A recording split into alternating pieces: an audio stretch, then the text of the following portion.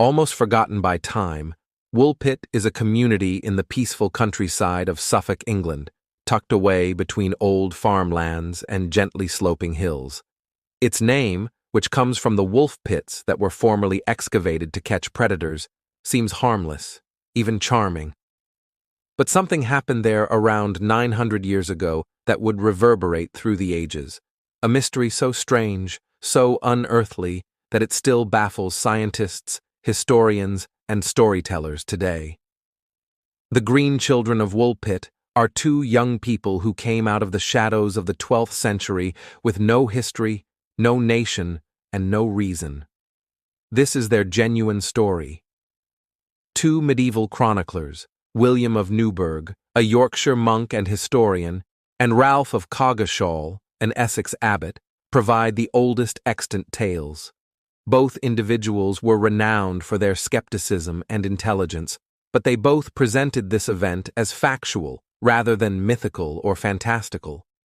They described an amazing discovery made by villagers tending the fields near Woolpit sometime in the mid to late 12th century, during the reign of King Stephen, or possibly Henry II.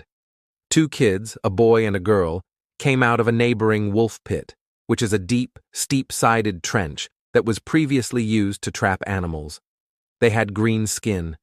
A unique, unidentified substance was used to make their clothing. They spoke a completely incomprehensible language. They had a rather human appearance. No one knew where they came from. The children were so terrified that they sobbed hysterically. When the residents brought the children in, they rejected all of the food and beverages they gave. Days passed. They grew weaker until someone served them raw green beans, still in their pods. To everyone's astonishment, the children devoured them with zest, as if they were a staple food. Only after weeks of conscious coaxing did they begin eating other foods. Additionally, the dietary change caused their green skin to progressively become more natural. It was not going well, though. The boy, weaker and more withdrawn, fell ill and died. However, the girl improved. After a while, the girl was baptized and taught English. Generations have been perplexed by her eventual confession, which shocked her caregivers. I came from a place called St.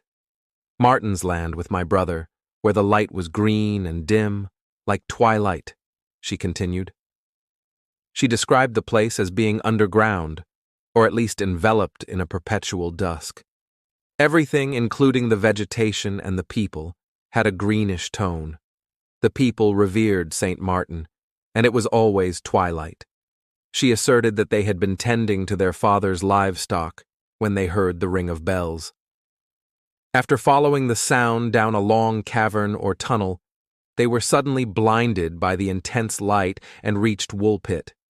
They didn't know how they got there. They couldn't find their way back. Additionally, they were alone. What actually occurred then? Numerous theories have been put out over time. Some attempt to use history, science, or medicine to explain the riddle. Others explore the paranormal, legend, and folklore. Let's investigate each one. The youngsters may have been Flemish refugees, according to one of the more credible explanations. There were sizable Flemish communities in eastern England in the 12th century. During wars and uprisings, many of these communities suffered persecution. The kids might have been orphaned and strayed into the woods, or they might have escaped violence. It's possible that their peculiar tongue was a Flemish dialect that English peasants in the countryside were not familiar with. Their peculiar attire might have been typical Flemish clothes. What about the green skin? According to some researchers, that might be related to hypochromic anemia, sometimes known as green sickness, which is a type of iron deficiency that is frequently seen in undernourished people. Their hue would have reverted to normal with a healthier diet. This theory makes sense. Reasonable. However, it is not a complete explanation. Why, for example, would children from a Flemish-speaking community claim that their home is underground and usually at night?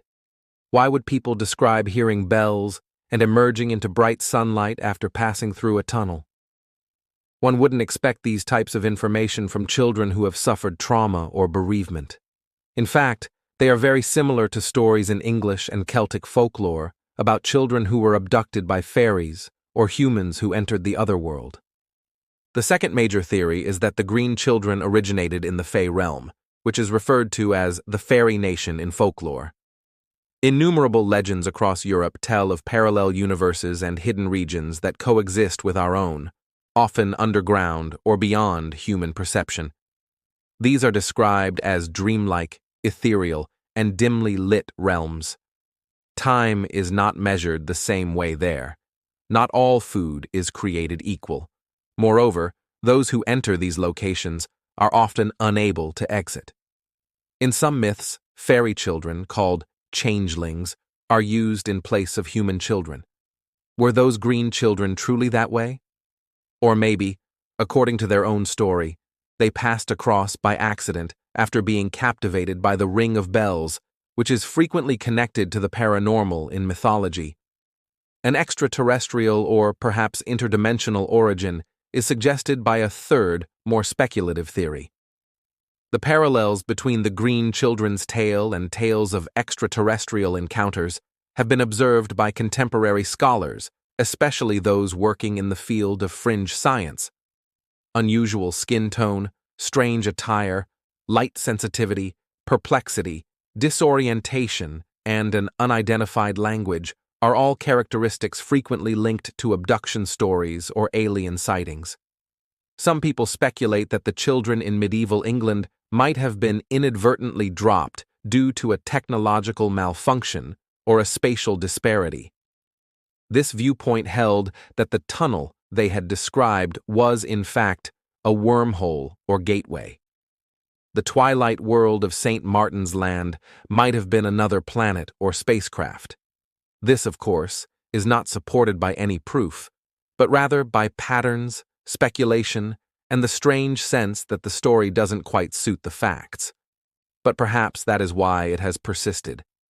It lives in that unsettling space between reality and myth, between fact and fantasy, where there are more questions than answers.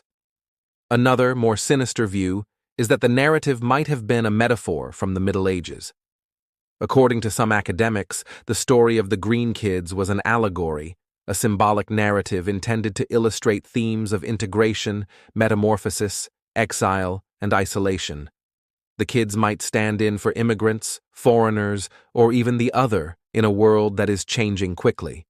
Their odd behaviors, green hue, and ultimate normalization may represent how foreign cultures were feared and treated with mistrust until being assimilated into the majority culture, frequently at the expense of their individuality.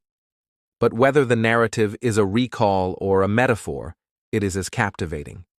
We know the names of the chroniclers. We have the historical context.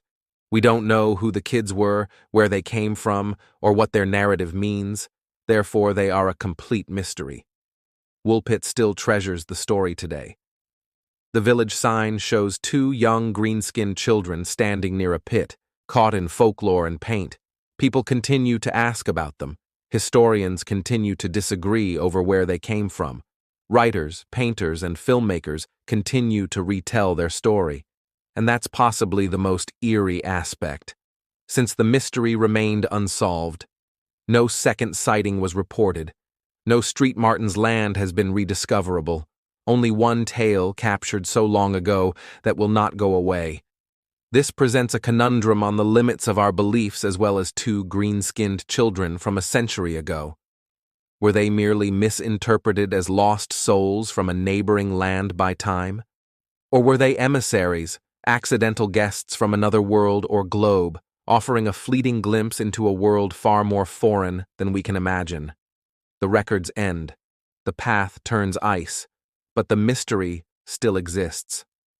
Like a whisper in the evening, it waits to be heard by those who are still susceptible to conjecture. If you liked this video, don't forget to hit the like button and subscribe for more interesting stories. Don't forget to share your thoughts in the comments below. Until next time, continue uncovering the hidden secrets of stories with whispers in the dark.